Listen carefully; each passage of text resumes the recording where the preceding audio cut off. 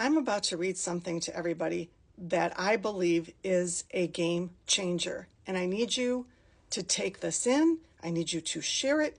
I need you to listen to it again and again as I have read it over and over, because this is powerful. It is from sociologist Jennifer Walter, and she's talking about what is happening in the United States right now, and it is powerful. She says, as a sociologist, I need to tell you, your overwhelm is the goal.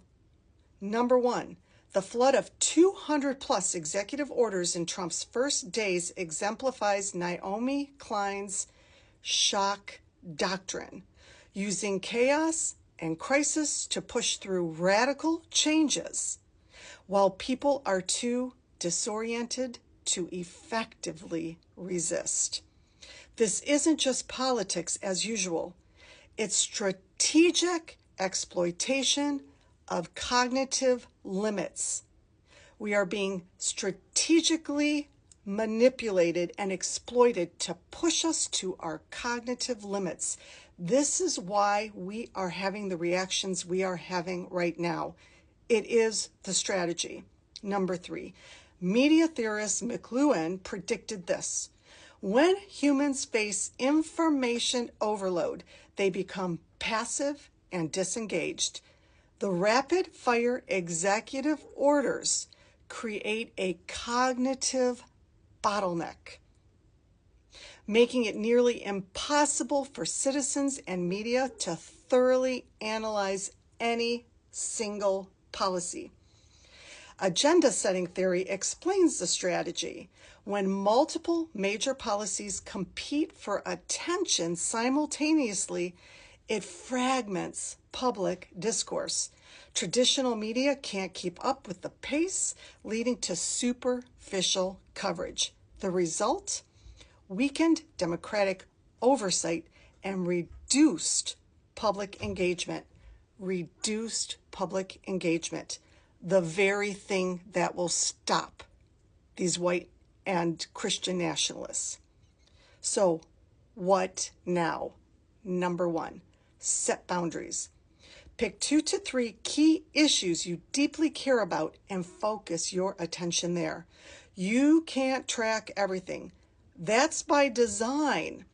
Impact comes from sustained focus, not scattered awareness.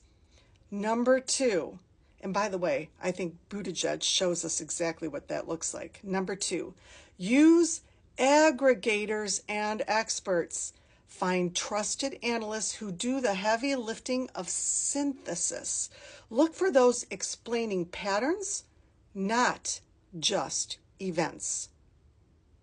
It makes me think about how there's a lot of content creators out there that just are making TikToks to shock and push the sensationalism without this whole beneficial context that they could be giving us. So he says, or she says, take breaks, process. This is a marathon. When you recognize that you are feeling overwhelmed, which is the point, you regain some power, just recognizing that that's the point. Number four, practice going slow. Wait 48 hours before reacting to new policies. The urgent clouds the important. The urgent clouds the important. We have a lot of content out there with these little things that are so triggering being pushed in our faces, and that is being delivered as if it's urgent, but it's not as important as what we need to focus on. Initial reporting often misses context. Number five, build community. Share the cognitive load. Different people track different issues. Network intelligence beats individual overload. Network intelligence beats individual overload. Remember, they want us scattered. Your focus Our focus is the resistance. For me, two things. As somebody who likes to share news, I am 100% going to keep this in mind in terms of delivering it as information to empower us to add weapons to our arsenal versus just dumping very distressing news.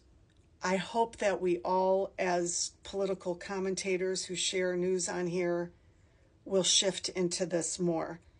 Number two, in terms of my own news feed, where the algorithms are sending me, I'm going to have to be very careful not to consume content creators that are just